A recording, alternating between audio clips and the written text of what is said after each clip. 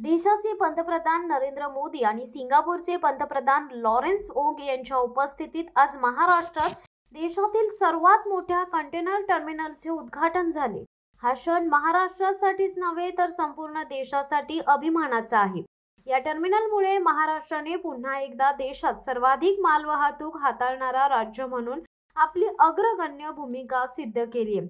श्री उमेद बाग यांनी यावेळी सांगितल्याप्रमाणे वधावन बंदराच्या कार्यारंभानंतर भारत लवकरच जगातील टॉप 10 बंदरांमध्ये स्थान मिळवेल असा विश्वास व्यक्त करण्यात आला। या ऐतिहासिक प्रकल्पामुळे भारताची समृद्धी अर्थव्यवस्था अधिक बळकट होणार असून महाराष्ट्र हे भारताचे मेरीटाईम सुपर पॉवर बनणार आहे।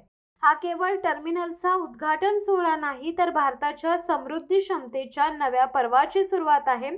गेल्या 10 वर्षात पंतप्रधान नरेंद्र मोदी यांच्या नेतृत्वाखाली देशात मोठे परिवर्तन घडून आले आहे।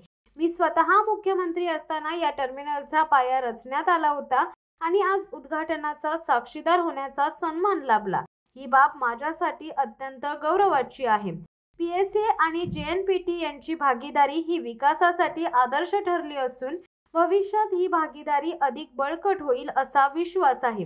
दोन पंतप्रधानांच्या उपस्थितीत आज झालेला हा ऐतिहासिक सोहळा भारताच्या मेरीटाईम भविष्यासाठी मौलाचा दगड ठरेल। या ऐतिहासिक क्षणी महाराष्ट्रातील सर्व नागरिकांना हार्दिक शुभेच्छा देण्यात आल्या। शिवसत्ता टाइम्ससाठी संदेश साळुंके, नेरळ। दे धडक बेधडक वृत्त देणाऱ्या आपल्या शिवसत्ता टाइम्स न्यूज चॅनलला लाल बटन दाबून सबस्क्राईब करा आणि बेल आयकॉनला क्लिक करायला विसरू नका।